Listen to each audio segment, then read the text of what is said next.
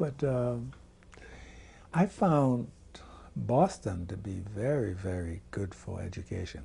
You know, you can learn so much. You just get into the flow of reading and going to educational programs to listen, to learn. Every night there was something being, you know, taught, and so you could go to these programs where you had free lectures and you could learn about just about everything, any subject matter that you were interested in, international politics or local politics or civil rights or science, anything that you wanted to. We used to look through the listing of things that you could go to, and we'd go to something just about every evening. Oh, okay. So I loved that part of it. Okay. Did you have any problems as far as civil rights living there during this time? Of course, there were. I never imagined when I lived here that when people used to say, "Ooh, such and such one has a nice place," I used to think that they owned the place. But I never imagined that it was so hard to get a nice apartment, even to rent a nice apartment. Back in the 60s, that was hard to do because everybody was ghettoized. And so people, landlords and realtors put you where they thought you should be. Mm-hmm. And so when you talk about ghettos, I know exactly what that means. That means that, you know, you are restricted. And so we experienced a couple of times when Emma would call and, you know, looking for an apartment. Then they said, yeah, because it was, you know, I guess nobody imagined that now, but it was an accomplishment when you could find a place that you could even afford that you could rent. And so you go there, and we had a couple of experiences where she called. Say, oh yeah. I said, yeah. Well, I know that's going to be nice because it's in that certain parts of town. And you get there, and in those days, you know, you didn't have any protection for housing discrimination. And the lady saw us, and she said, "Oh, we just rented that place," and you knew she hadn't. There's nothing you could do. But that was definitely one part of discrimination that I faced, that I saw in Boston. There were no blatant signs that say white and colored, but there were lots of discrimination in jobs as well as apartments, housing. Yeah, I was born in the family home, not in the hospital, but in the family home, and delivered by a midwife. My grandmother lived probably 15 miles away.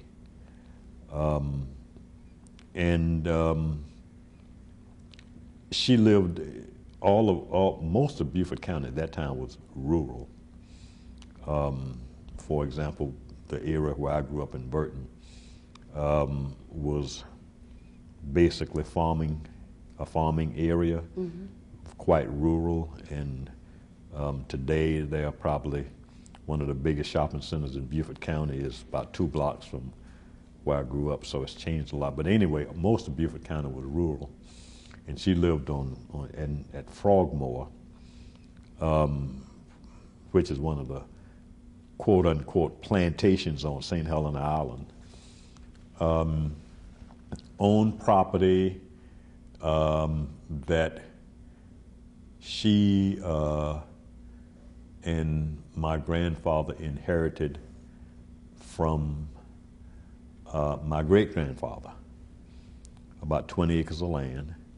And they farmed and fished, and so I enjoyed. I've always enjoyed animals and farming, that kind of thing. So it wasn't really exciting. It wasn't the kind of excitement that a young person would look for today. Mm-hmm. But and of course I was very young at that time too. So. I don't have a lot of stories to tell about her, but I remember her well. Okay. Well, I guess the most striking thing was her Gullah accent in the way that she spoke. sometimes it was difficult for me to even understand what she was saying because of her choice of words and her intonations, which is really what Gullah is about. She used words like calf for car, bud for bird. If she wanted you to bring her something, she would say fetch him here, fetch for bring, hunter for children, or hunter for y'all, yinner for y'all or you all, things like that. I remember that about her, but not a great deal. It's been a long time. Okay. All right, well, let's talk about your mother. Did she share any stories about her growing up? Did she grow up on this 20 acres out in Frogmore? Yeah, when she grew up, St. Helena Island, as well as all of the islands in Beaufort County, were very much isolated. There were not bridges, as now. There are a lot of islands where there's no access by bridge. But and that meant that that she was not aware of the broader culture. But she related to me that that she, for example, never came to Beaufort, the city of Beaufort, which is the county seat, until she was 13 years old. And that her father rarely came to Beaufort, but when he did come, he'd come by boat. In other words, he'd leave St. Frogmore, which is on St. Helena Island, and you'd have to cross the river to get from St. Helena Island to Ladies Island, from Ladies Island to downtown Beaufort, and he'd go to the courthouse once a year to pay taxes, and other than that, there perhaps would be a trip maybe one other time during the year to come into town, so to speak. So they were pretty much isolated and didn't leave home much. It was basically home and church. Mm-hmm. But she related to me that that she did a lot of fishing as a child, and a lot about the way that they lived. For example, they were basically self-sufficient.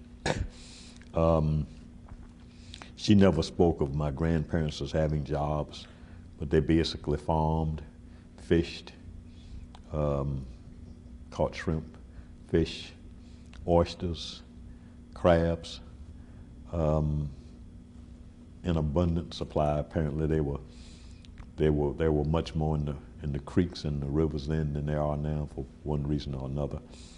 But and of course, she told me that she had a horse when she was a child, and you know, she often mentioned that food was plentiful, and she would sometimes be told by her mother at 10 or 11 o'clock in the morning to go down to the creek and get something for lunch, and she would get on her horse and go across the marshes of what's called Dore Island until she got over to the channel, and she'd catch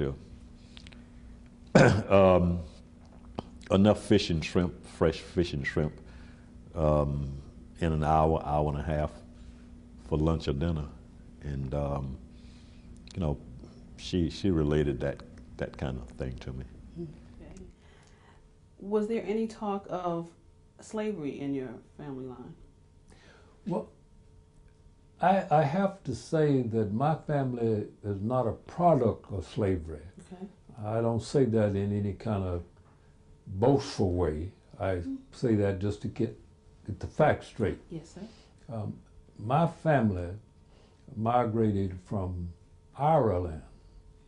In the 1850s, they had a potato famine in Ireland, and the people were starving in Ireland, and my ancestors caught the boat and came over to North Carolina, and that's where we entered this country from there. And we have, I would say that goes back to my grandparents' parents would be the ones that came over in that group, and then after they got here, they got married. They were youngsters and got married and came to Oklahoma. Okay, all right.